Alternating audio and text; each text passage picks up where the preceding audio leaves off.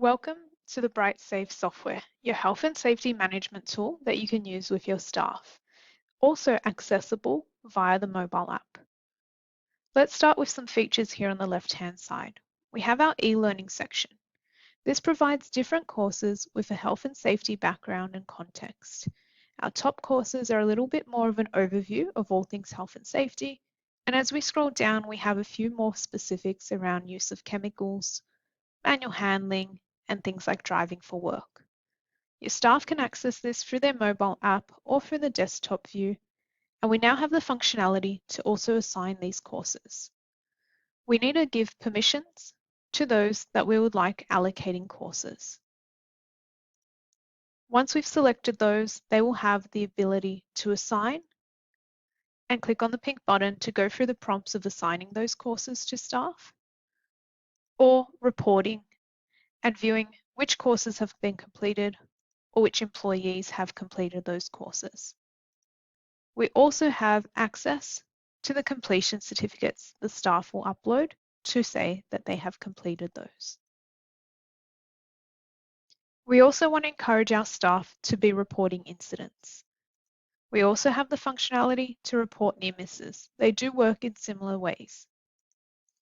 Our incident reporting is only possible once we've assigned somebody responsible for obtaining those notifications if an incident is logged. We come into our employees section and mark those people as responsible persons. And if we also want them notified of any hazards that would be logged into the system, we would also select onto the hazard notification. There's no limit on how many responsible people or hazard notification you can have switched on for your members of staff. When we head back to our incident reporting, this will refresh through and we would be able to go through and create an incident report. It will look very similar to what you might already be familiar with a paper form. It will just be digitizing the process. We'd select state, territory, or switch across to New Zealand for different country, and we'd go through filling in the prompts. To view one that's already been done, I'll click across these steps. The first 4 steps will have been done by the individual reporting the incident. The last 2 steps are available for those marked as responsible people. We're able to say if this is an incident for an employee or non-employee. We're also able to be attaching documents or photos as we go throughout. The About section allows us to detail what's happened, when, where, and prompts us with a few questions about the incident itself. This would be the last step for the person reporting the incident. We can now move on to what it would look like from a responsible person's point of view. They would receive an email notification and then be given the prompt to fill in what the injury type was. We can see the incident types that have been listed through here. If we say this was something more serious and escalate it, we can then save this to update.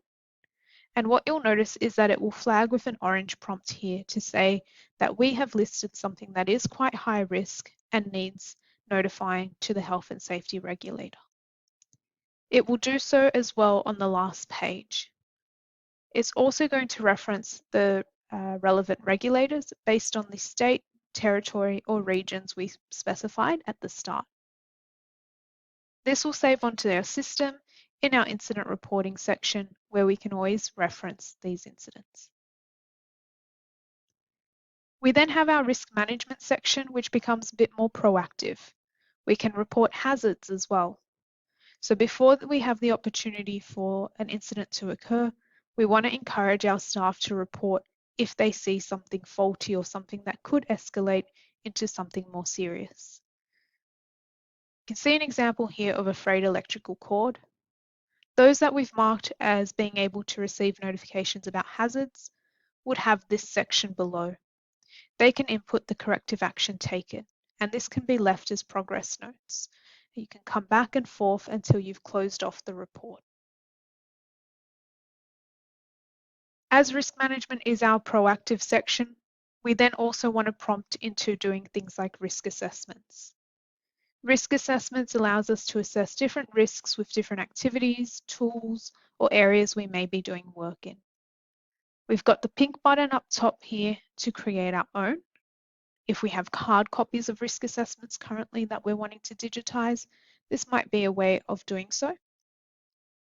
Or we can reference our library with almost 400 risk assessment templates, different categories, different industries. You can have a scroll through, or you can type in a keyword up top to search for it in the list below. When we click into these, we've listed the hazards already for you. We've also listed control measures. If you're happy to use it as is, you do have the option to print up top.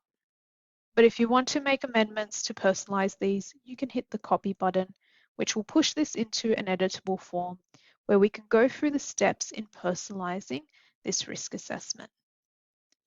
Let's go through a couple of the steps to see what details we need to be listing, what people we can say have assisted us with these risk assessments, and primarily which hazards we can amend. We can add in our own or use these three dots to make those amendments we were talking about. We're also given the option to add an action for anything we've identified or we've remembered that we needed to implement to reduce risks with regards to falling objects, for example, or manual handling. This will set up as a task for the person you identify to complete it and a due date as well. At the bottom of the risk assessment, you'll be able to input your likelihood and consequence and receive an overall risk rating. The last step will see you setting a review date when you're going to come back and reassess that you've implemented, or just making sure no gaps have opened up since your last assessment. Again, we can print these off or we can go through and start the review when needed. We also have our safe work method statements for those more high-risk construction type fields. Works in a very similar way to risk assessments where we can click the pink button to create our own SWMS or digitize maybe again one that we've previously used. Or we can head into our library where we have a range of range of SWMS that we can pull from. We can click into the title. We can see the information listed, and again we can copy. When we copy, this information will be put into our editable form for us to make those tweaks and personalize the unique information. All of these will then be stored into our own section of SWMS management. The added functionality for SWMS is when we have activated and finalized a SWMS, we can actually send this out to our team to read and accept. So this will send them a notification to their BrightSafe app requiring them to read and accept the SWMS. Lastly, we have our responsibilities here on the left-hand panel, which is going to allow you to set reminders and routine checks. We have our statutory option or our bespoke option.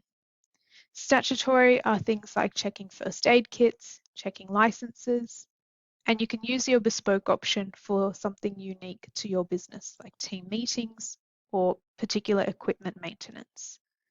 We can set frequencies to these reminders and sites.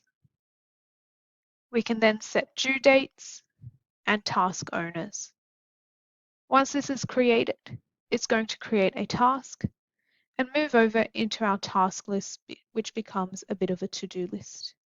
We can then come into here and leave our notes on how we've checked these first aid equipments, leave attachments, close it off once completed, and this will archive this into the system and put a new one into your list for the next quarter or frequency you've chosen.